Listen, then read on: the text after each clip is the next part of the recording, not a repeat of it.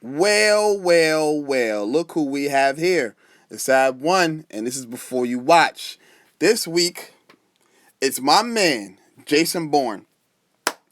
Okay, if you haven't noticed, there is a trend going on in the action genre of Hollywood. These action stars keep getting older and older. Arnold Schwarzenegger was still pretty old, but he was probably like maybe mid to late 20s. Come on, bro. We got like Liam Neeson, like Tom Cruise, like dudes are pushing like 80 and they're like skydiving, super chiseled, like they be in the gym all day, every day, hanging on airplanes. And I'm sitting here scratching my head like, really? Like, for real? I mean, it is what it is, though. I'm not hating. I'm not ageist now. That is a thing. But out of the Transporter movies, Mission Impossible, those Liam Neeson movies, which are all the same, you could throw Denzel in the same category because those are all the same movies. And whatever other action star you want to put in there, Jason Bourne is the best, like hands down. And I'm even talking about James Bond. Like Jason Bourne is the best. Speaking of James Bond, they need to just stop. But if you put them all in like a fatal four-way match or like a six-man, whatever, no rules, no holds barred, Jason Bourne would win. That's how strongly I feel about that franchise. So when I first saw the Super Bowl commercial, I like dropped my phone. My jaw was to the floor. I said, oh, snap. They done kicked Hawkeye out this movie and replaced it with the OG Matt Damon. I was hyped. I said, I gotta see that movie. I got to go see that, son. So the first thing that stood out to me about this movie before I even saw it was its title. Jason Bourne, that's the best y'all could come up with. Jason Bourne, and then the tagline is, you know his name. Bro, we know his name. Like, come on, man. Like, really? Who is this, Voldemort? Come on, man. We know who it is. Jason Bourne. This movie should really just be called The Bourne Origination, The Bourne Creation, The Bourne Inception, something like that, because it really is just a continuation of The Bourne Ultimatum, which is the last Matt Damon Bourne movie, where they kind of explain his past, how he came to be, and, you know, develop these skills that he utilizes, whatever. This is almost like more to that story. But with that being said, every time I watch a Jason Bourne movie, I expect three things. One, really good chase scenes. Two, really good hand-to-hand combat scenes. And three, a really, really, really well-told story. This movie, I kind of felt like I just got half of each. Don't get me wrong, the action scenes in this movie are well done. There's just not that many of them. The last 30 minutes of the movie is basically just what a Jason Bourne movie is supposed to be.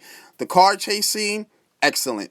The fisticuffs scene, like the last fight scene, just as good. It was intense. You know, the fight scenes don't have any music in the background, which makes it even better. Really good choreography. It's really gritty. It was good. It's just that there's not that much more of them. That's just pretty much it. Now, the story is pretty basic, but it's still pretty compelling. It has a few twists.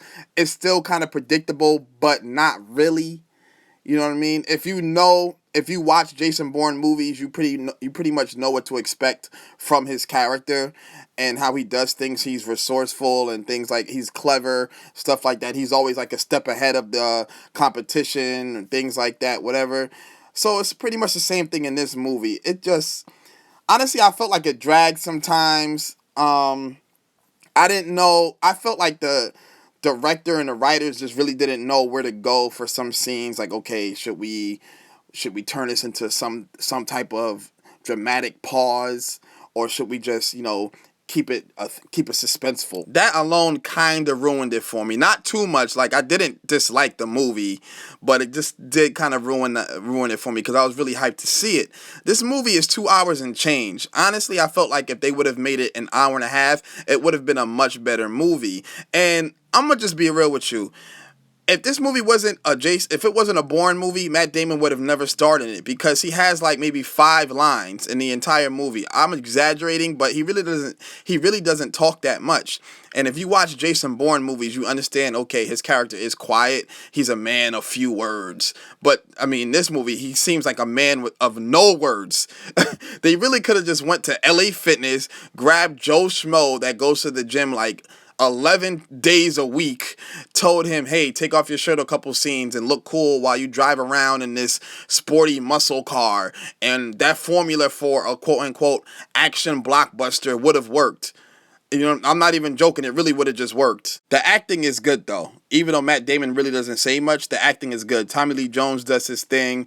If you watch that show The Night Of on HBO, I think it's like a miniseries or something like that. The main guy, I don't know his name, but the main guy, he's also in this movie. He plays like the Mark Zuckerberg of this movie. You know what I mean? And then the other guy's the villain, I guess you could say. The acting is pretty well done. It's still pretty suspenseful. It's pretty thrilling. You know what I mean? But you're not gonna walk out that theater like, wow, Jason Bourne, Jason Bourne? What? No, you're not gonna walk out the movie like that. I mean, I feel like the last action movie I saw where I felt like that was probably Mission Impossible, the last one with Tom Cruise. I'm not including Captain America because once again, that's a superhero movie. That's to be expected. But yeah. But all in all, though, I give this movie a strong 7. Yeah, I give it a strong 7. It's entertaining. If you like Jason Bourne movies, you're going to like it. If you don't like Jason Bourne movies, you may be kind of bored at some scenes, but the action scenes they do have are really good. It's entertaining, like I said.